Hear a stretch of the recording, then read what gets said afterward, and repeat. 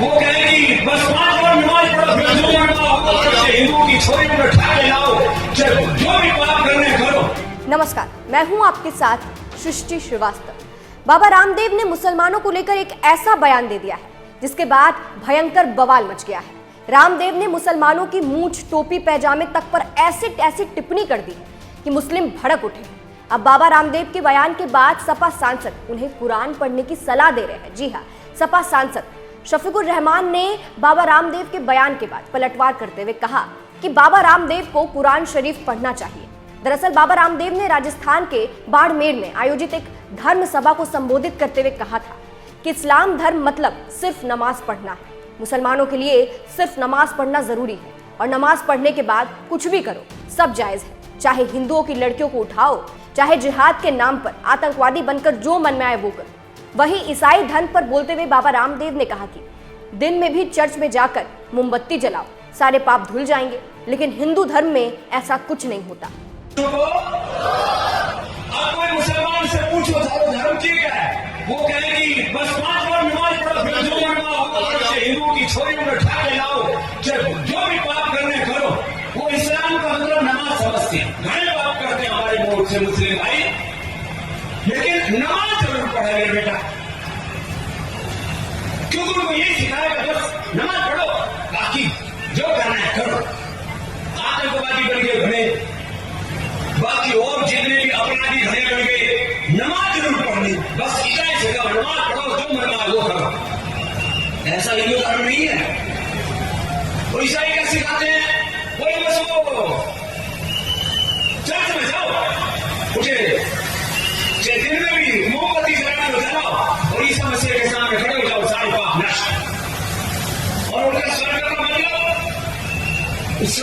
मतलब है टकरी के ऊपर पैजामा पहनो, मूंछ कटवा लो, टोपी पहन लो। ऐसा कोई कुरान कहता है या ऐसा इस्लाम कहता, मैं नहीं कह रहा हूं, लेकिन ऐसा ही कर रहे हो कि बस फिर तुम्हारी जन्नत में जगह पक्की। और जन्नत में क्या मिले, जन्नत में हुर्र मिले और ठेदारों पीड़ों की बोले ऐसी जन्नत तो जहन्नुम से भी बेकार है। लेकिन फिर भी लोग मूंछ कटवा रहे, सिर पर टोपी रख रहे और बस पागलपन है। इस्लाम इस्लाम महान, और सारी दुनिया को इस्लाम में तब्दील करना, लोग इसी चक्कर में पड़े। और ईसाइयों में बोले एक वो इधर सूरज का निशान पहन लो, फिर कुछ वेशभूषा सी बना रखी है, कुछ छोटी मोटी कुछ उन्होंने बना रखे, जैसे हमारे श्लोक सूत्र मंत्र होते हैं ऐसे उनके भी कुछ होंगे आयते। मैं किसी के बारे में कोई आलोचना नहीं कर रहा हूं, लेकिन लोग उसी चक्कर में पड़े हुए। कोई कहता है पूरी दुनिया को इस्लाम में तब्दील करेंगे, कोई कहता है पूरी दुनिया को ईसाइयत में तब्दील करेंगे। मैं कहता हूं करके करोगे कि वो तो बताओ। सुना आपने बाबा रामदेव को, जिन्होंने इस्लाम और ईसाई धर्म की जमकर आलोचना की है। वहीं बताया ये भी जा रहा है कि कुछ दिनों पहले ही बाबा रामदेव धीरेन्द्र शास्त्री से मिले थे। दोनों ने ऋषिकेश में कई दिनों तक साथ में समय व्यतीत किया था। वहीं धीरेन्द्र शास्त्री पर जब सवाल उठ रहे थे तो उस वक्त बाबा रामदेव ने उनका समर्थन भी किया था। और अब बाबा रामदेव ने जिस तरह से बयान दिया है, लोग उसे धीरेन्द्र शास्त्री के बयान से जोड़कर देख रहे हैं, जो उन्होंने हिंदू राष्ट्र को लेकर दिया था। जी हाँ, धीरेन्द्र शास्त्री ने प्रयागराज में बयान देते हुए कहा था कि अगर हम सब साथ हो तो भारत हिंदू राष्ट्र होगा। अब हिंदू राष्ट्र का बिगुल बजा दो, आओ जातिवाद को तोड़कर हम सब हिंदू एक हो। धीरेन्द्र शास्त्री के बयान के बाद रामदेव ने भी मुसलमानों पर बयान देकर माहौल को गरमा दिया है। अब लोगों का कहना है कि धीरेन्द्र शास्त्री के हिंदू राष्ट्र वाले अभियान में एक और संत जुड़ गया है और बाबा रामदेव उसी अभियान के तहत ये बयान दे रहे हैं। वहीं बाबा रामदेव के बयान पर मौलाना सुफियान निजामी भड़क गए हैं और उन्होंने सवाल खड़े कर दिए। हमारे मुल्क में एक फैशन चला है कि धर्म संसद के नाम पर अधर्म की बातें फैलाई जाए और वहाँ पर सिर्फ़ और सिर्फ मुसलमानों और इस्लाम पर छीटाकशी की जाए। यकीनी तौर पर धार्मिक लोगों का और धर्म संसद का कतई तौर पर यह मकसद नहीं होता है कि किसी के भी मज़हब के ख़िलाफ़ या मुसलमानों के ख़िलाफ़ कोई अभद्र टिप्पणी की जाए। अगर आपके पास अपने मज़हब की कुछ अच्छी बातें हैं तो आप वो लोगों तक पहुँचाने का काम करें। बेजा और बिला ज़रूरत दूसरे मज़हब पर और ख़ास तौर पर मुसलमानों पर जो टिप्पणियाँ की जा रही हैं और बार बार जो छीटाकशी की जा रही है, ये कतई तौर पर किसी भी सूरत में मुनासिब नहीं है। जहाँ तक बाबा रामदेव साहब का ताल्लुक़ है तो उनको ये खुद तय करना है कि वो एक धर्मगुरु हैं, वो एक संत हैं, एक व्यापारी हैं या एक राजनेता हैं। क्योंकि जिस तरीके की ज़बान वो इस्तेमाल कर रहे हैं, यकीनी तौर पर वो किसी धार्मिक शख्स की या संत और साधु समाज से ताल्लुक़ रखने वाले शख्स की ज़बान नहीं हो सकती। ये यकीनी तौर पर किसी राजनेता ही की ज़बान हो सकती है।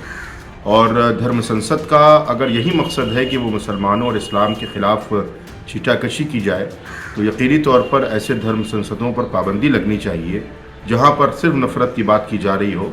अगर वाकई में आपको काम करना है तो मोहब्बत के पैगाम को आम करें, नफ़रत के खात्मे के लिए धर्म संसद को आयोजित करें तो ये ज़्यादा बेहतर होगा।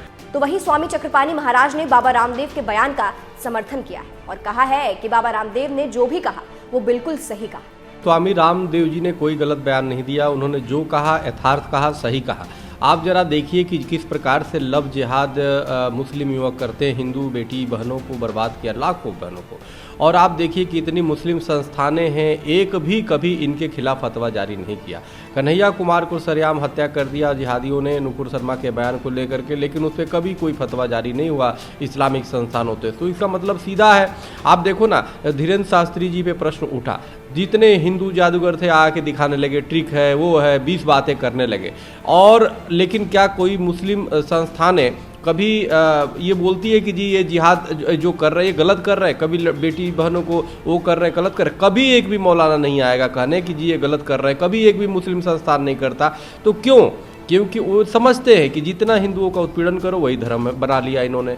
अब जब सवाल भाजपा नेता और उत्तर प्रदेश के उप मुख्यमंत्री केशव प्रसाद मौर्य से पूछा गया तो इस बयान को लेकर उन्होंने खुद को मामले से अनजान बताया और कहा कि उन्होंने बयान अभी तक नहीं सुना है। सुनिए भाजपा नेता क्या कुछ कह रहे हैं। अब मैंने बयान अभी देखा नहीं, इसलिए उस पर कोई प्रतिक्रिया करने की मुझे आवश्यकता नहीं लगती। इसलिए इस समय आज की तिथि में हम सब लोग सीधे तौर से जो भारतीय जनता पार्टी ने विधान परिषद के इस चुनाव में शानदार सफलता अर्जित की है, इसके लिए मैं एक बार फिर से जो मतदान करने वाले हैं उनके प्रति और जिन कार्यकर्ताओं ने परिश्रम किया है उनके प्रति बहुत आभार प्रकट करता हूं। तो देखा आपने कैसे बाबा रामदेव के एक बयान से हंगामा मच गया है। अब एक बार फिर से आपको बाबा रामदेव का वो पूरा बयान सुनाते हैं जिस पर विवाद हो रहा है। बाबा रामदेव के बयान पर आपकी क्या राय है, हमें कमेंट करके जरूर बताइएगा। नमस्कार।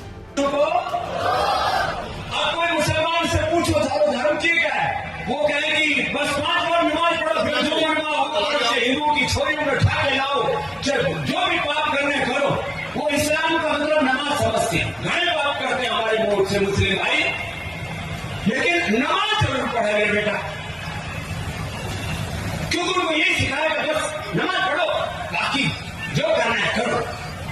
आतंकवादी बन गए घने, बाकी और जितने भी अपराधी घने बन गए, नमाज जरूर पढ़नी, बस इतना ही सिखा, नमाज पढ़ो, जो मरना है वो करो। ऐसा हिंदू धर्म नहीं है। वो ईसाई क्या सिखाते हैं, कोई बस वो चर्च में जाओ, उठे दिन में भी मोमबत्ती जलाने जलाओ और ईसा मसीह के सामने खड़े हो जाओ, सारे पाप नष्ट। और उनका स्वर्ग का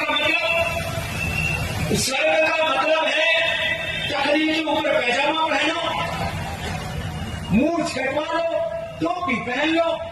ऐसा कोई कुरान कहता है या ऐसा इस्लाम कहता, मैं नहीं कह रहा हूं, लेकिन ऐसा ही कर रहे हो कि बस फिर तुम्हारी जन्नत में जगह पक्की। और जन्नत में क्या मिले? जन्नत में हुर्र मिले और ठेदारों पीड़ों की मिले। ऐसी जन्नत तो जहन्नम से भी बेकार है। लेकिन फिर भी लोग मुंह कटवारे, सिर पर टोपी रख रहे और बस पागलपन है। इस्लाम इस्लाम महान और सारी दुनिया को इस्लाम में तब्दील करना, लोग इसी चक्कर में पड़े। और ईसाइयों ने बोले एक वो इधर क्रोस का निशान पहन लो, फिर कुछ वेशभूषा सी बना रखी है, कुछ छोटी मोटी कुछ उन्होंने बना रखे, जैसे हमारे स्रोत सूत्र मंत्र होते हैं ऐसे उनके भी कुछ होंगे आयते। मैं किसी के बारे में कोई आलोचना नहीं कर रहा हूं, लेकिन लोग उसी चक्कर में